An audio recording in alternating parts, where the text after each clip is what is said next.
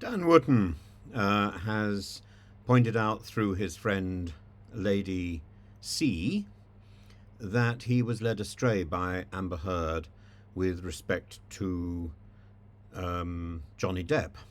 And I think that's an amazing admission. And it's very easy to be led astray by other people, by other news, by gossip, and so on. And I hope I haven't been. If I have, I would also apologise to Dan Wootton and set the record straight. I think it's something that should be done in person as much as possible. And I think it would have been better for Dan Wootton to have done it rather than to have hidden behind Lady C. I'm not completely convinced that Lady C is a reliable source of information, but certainly there's a lot of gossip going on. There's a lot of rumour going on.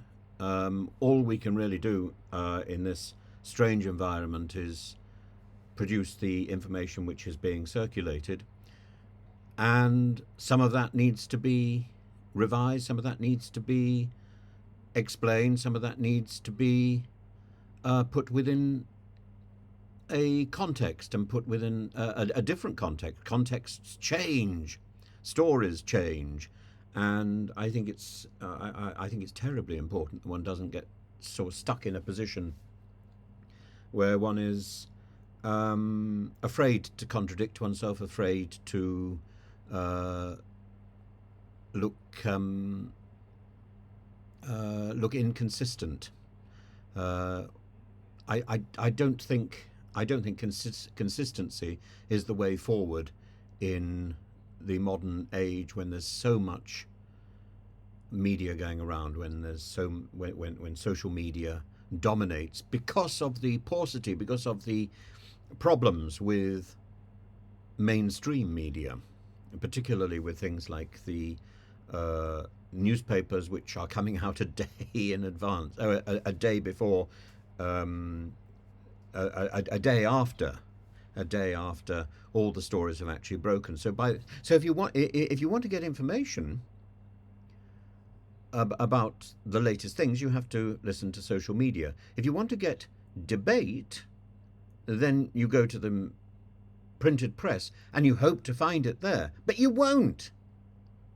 So there has to come a point at which the media is the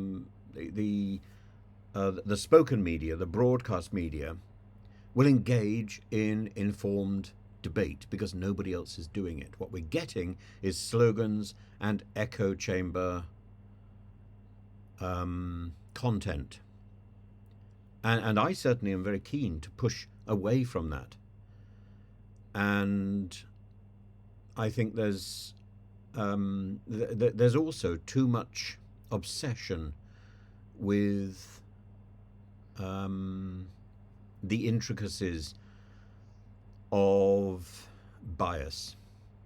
Everybody is biased.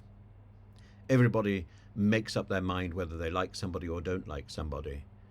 And the facts then roll in afterwards.